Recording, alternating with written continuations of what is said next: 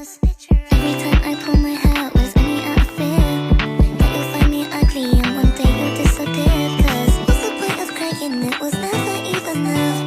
Did you ever want me? Was I ever good enough? Good boys are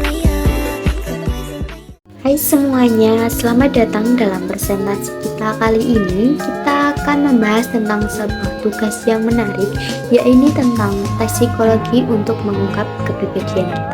Langsung saja kita akan menjelajahi tentang beberapa tes yang untuk mengungkap kepribadian kita.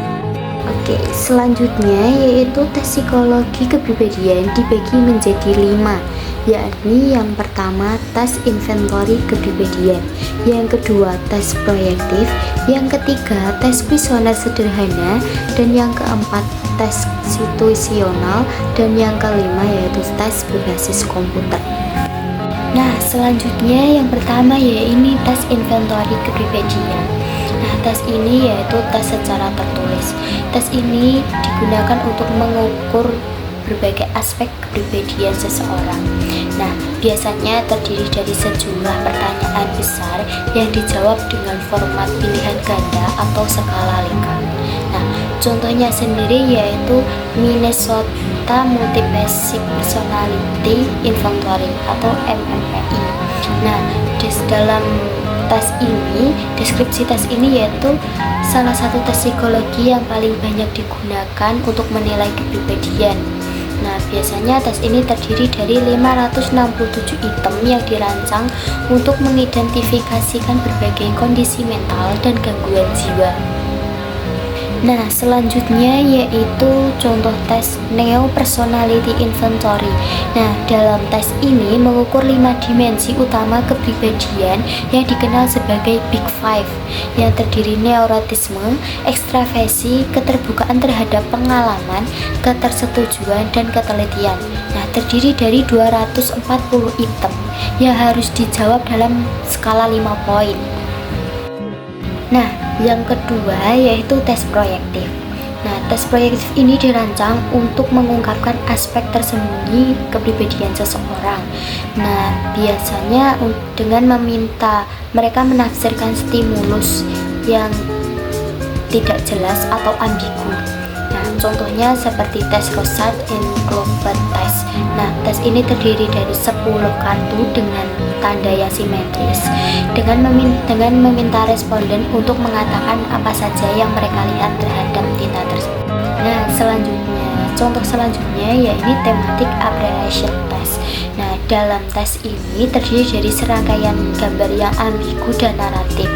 Nah, responden diminta untuk membuat cerita berdasarkan gambar-gambar tersebut. Cerita itu digunakan untuk mengungkapkan motif, kekhawatiran, atau cara individu untuk melihat dunia. Nah, selanjutnya yaitu tes yang ketiga, yaitu tes kuesioner sederhana. Nah, tes ini umumnya digunakan dalam settingan yang ringan, seperti rekrutmen atau pengembangan diri. Nah, contoh dalam tes ini yaitu tes MBTI. Nah, dalam tes ini MBTI mengkategorikan individu dalam 16 tipe kepribadian berdasarkan preferensi dalam 4 dimensi. Nah, yaitu seperti extrovert, introvert, sensing atau intuition, thinking atau feeling, dan judging atau perceiving. Nah, selanjutnya yaitu tes yang keempat, tes kepribadian situasional.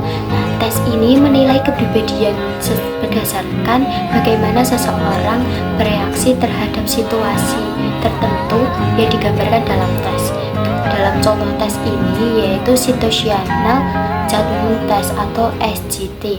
Nah, dalam tes ini menyajikan skenario pekerjaan atau sosial dan meminta peserta untuk memilih tindakan yang paling sesuai atau mengevaluasi kemungkinan tindakan berdasarkan respon.